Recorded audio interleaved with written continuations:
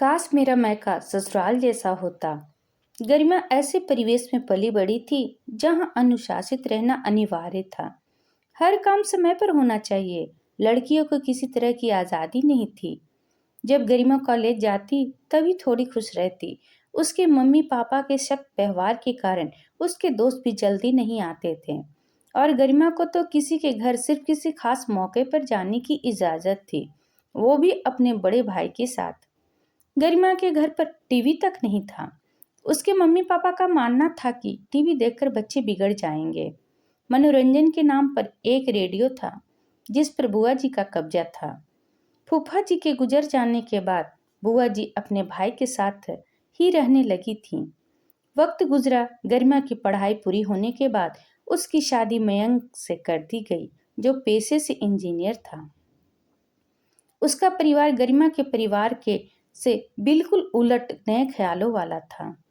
ससुराल में पहले दिन गरिमा की नींद 8 बजे खुली, जो कि मायके में वह 5 बजे उठ जाती थी। वह बहुत डर गई, ना जाने सास और मयंक क्या सोचेंगे मेरे बारे में।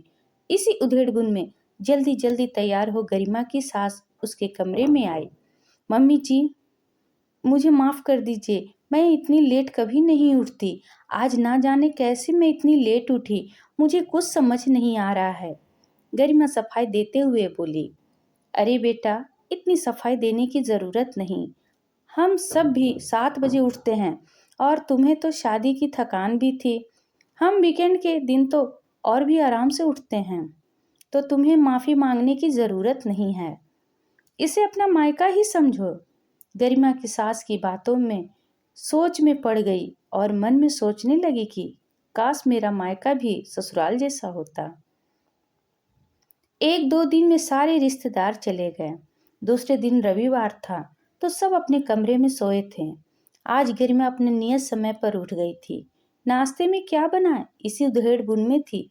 सोचा कि मम्मी जी से एक बार पूछ ले कि नाश्ते में क्या बनाए, लेकिन सब सोए थे तो उसने पोहा बना लिया और सबके उठने का इंतजार करने लगी।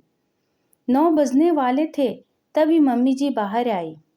गुड मॉर्निंग गरिमा। गुड मॉर्निंग मम्मी जी। नाश्ते में मैंने पोहा बनाया है, फ्रेश होकर आ जाइए। क्या तुमने नाश्ता बना लिया? आज तो हम बाहर जाकर नाश्ता करते हैं। चलो कोई बात नहीं, तुम्हारा बनाया नाश्ता भी कर लेंगे और तुम्हें आज राम जी की हलवाई की दुकान का लजीज नाश्ता करवाते हैं। लगता है आज भी तुम जल्दी उठ गई। कितनी बार कहा है बेटा, इसे अपना मायका समझो, ससुराल नहीं। गरिमा मम्मी जी के इन बातों से हैरान हो जाती और सोचने लगती कि कैसे बताऊं कि मेरे मायके में इतने लेट से नहीं उठते। एक बार मैं लेट से उठी तो बुआ जी ने कितना डांटा था, पर यहाँ कोई बंदिश ही नहीं है। धीरे धीरे गरिमा खुल कर जीना सीख गई। अब उसकी सारी हिचक दूर हो गई। सास के रूप में ही माँ मिल गई थी। उसे मायका तो भूल ही गई थी। एक दिन उसके मायके से बुलावा आया। ना चाहते हुए भी गरिमा को जाना पड़ रहा था। खैर गई, वहां जाकर फिर से वही रूटीन फॉलो करना पड़ रहा था। घर में बंद हो गई थी। उसका मन अपने ससुराल में ही लगा रहता था। सब उससे बहुत प्यार जो करते थे।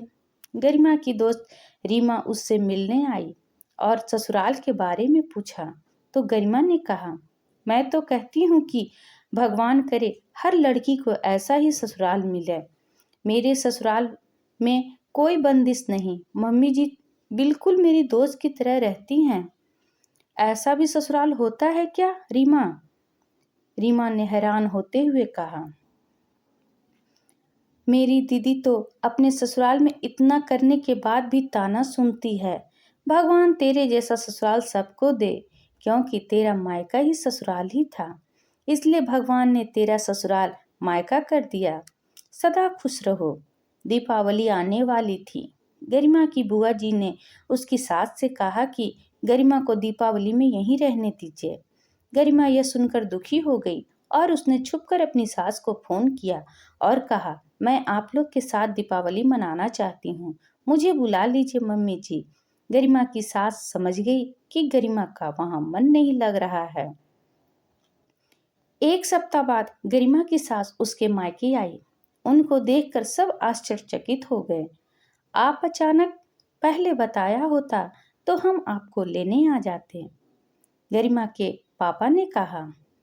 क्या कहें, अब गरिमा के बिना मन ही नहीं लग रहा था तो मिलने चले आए।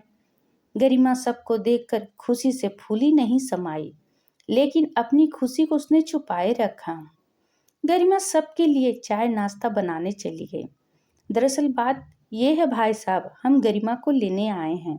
गरिमा के बिना हमारा मन ही नहीं लग रहा है और इस बार सोचा बिना लक्ष्मी कैसी दीपावली, इसलिए हम अपनी लक्ष्मी को लेने आ गए, गरिमा की सास ने कहा। पर बहन जी, अरे पर और लेकिन छोड़िए और विदाई की तैयारी कीजिए, हम कल सुबह ही निकलेंगे। गरिमा जल्दी जल्दी अपनी पैकिंग में लग गई।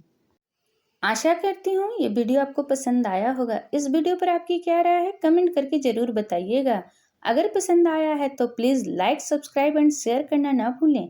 इसी तरह और भी कहानी सुनने के लिए कृपया बेल आइकन बटन को दबाना ना भूलें।